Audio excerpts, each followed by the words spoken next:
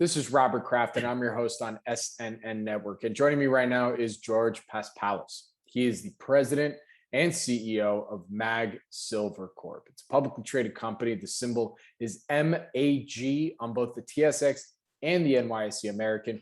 You can actually see George give an investor presentation at the upcoming Precious Metals Summit Beaver Creek, a hybrid event this year, happening September 8th through the 11th. With that, George, thank you so much for joining me again. How you doing? Really well. Robert, how about yourself? Oh, another beautiful day in virtual Beaver Creek. I don't know if you've noticed, it hasn't changed at all since this time last year, right? It's the same weather. It's just known for its weather consistency, right? Very consistent. That is true. So George, last time we chatted and the interview that we put out there and published, we put that out on October 30th, 2020. So love to get an update. What would you say are some highlights for MAG Silver since then? Right. Well, since October, things have progressed really well on the project. And you can see behind me there is a shot down the flow of rock through the plant. Construction is looking really good for commissioning in the fourth quarter. The budget is looking good.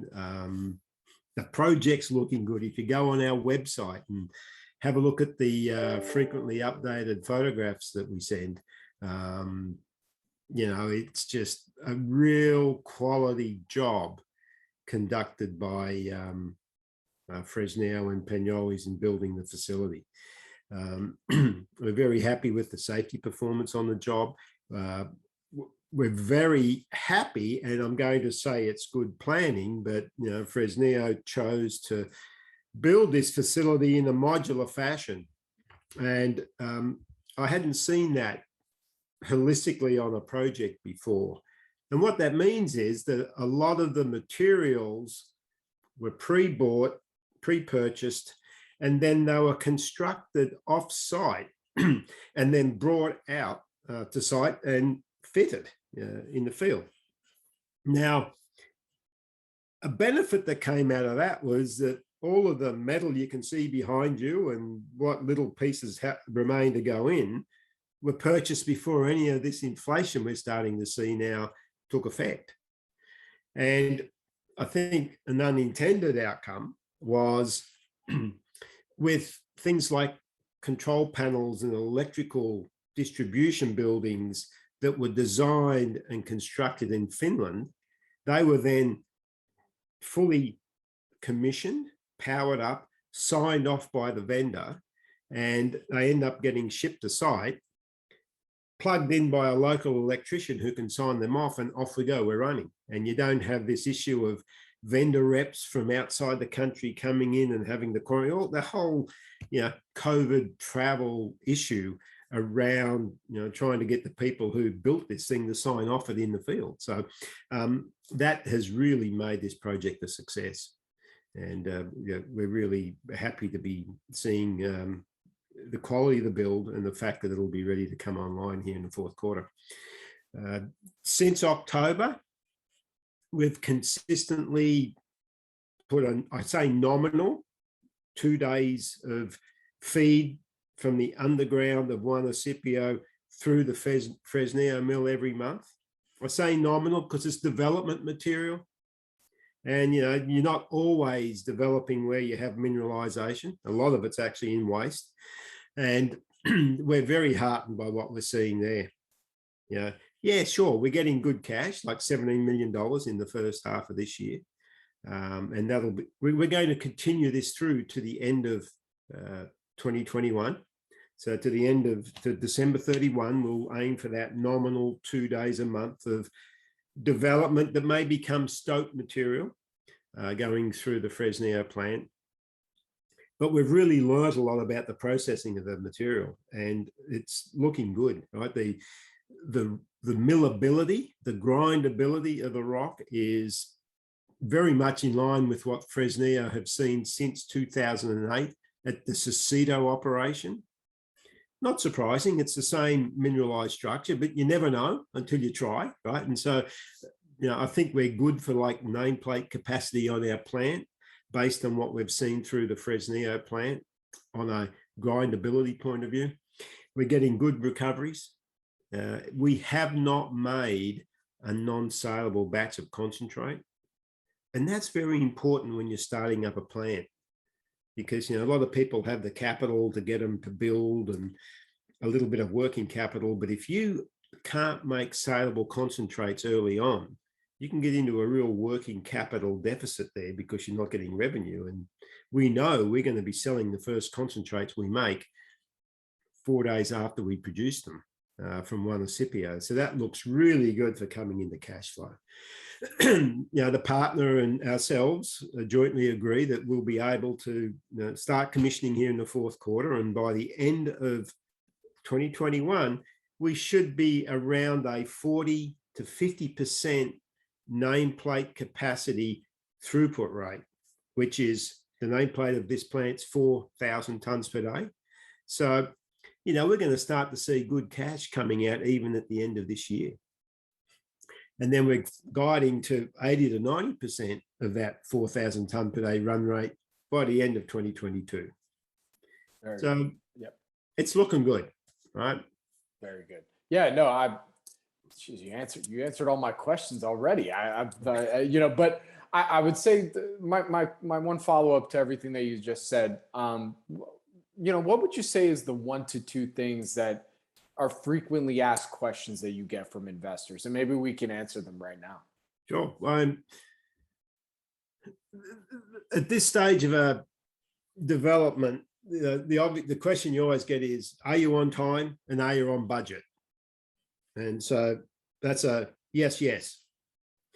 Next question is, do you have enough money for that budget to build this thing? That's yes as well.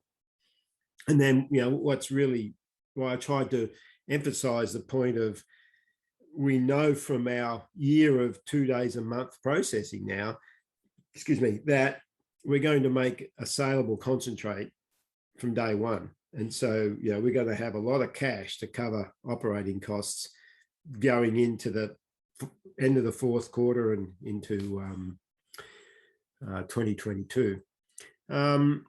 We get asked a fair bit now about expiration on the property, because we're in a pretty unique time in the joint venture with Fresnillo, where both companies agree the expiration strategy moving forward, which is that there is a good likelihood that there's potentially another upwelling zone on the joint venture ground. Right? Remember, Valdecanes, as wonderful as that mineralized structure with 6 mineralized veins that we're probably going to mine from, and there could be more yet, that's an upwelling zone. We believe there could be another one on the ground. And so we've started to guide people that we are going to explore 2 other very prospective areas for an upwelling zone. And so people are saying, okay, when are you going to do that? And we're saying, well, as soon as we can get the permits from the government to do that, which is taking a little bit of time.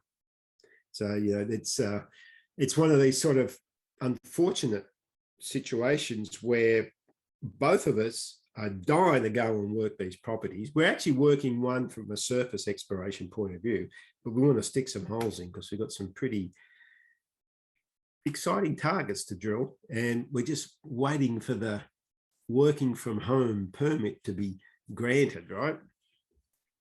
So people ask us about that. People obviously are getting interested and maybe have some expectations around Deer Trail. What are you doing at Deer Trail in Utah?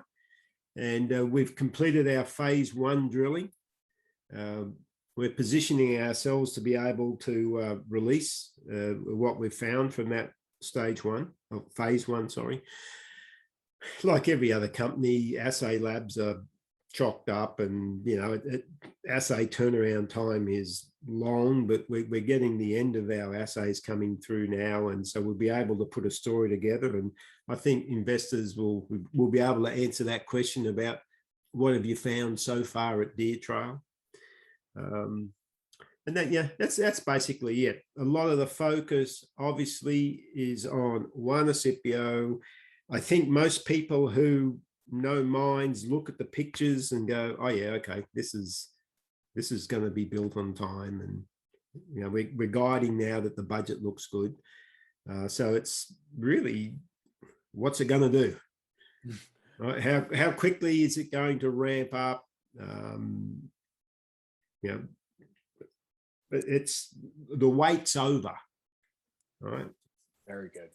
Well, George, in the time allowed that we have today, I think you said it all. So with that, where can our audience go and find more information on MAG Silver? Well, the best place is the website.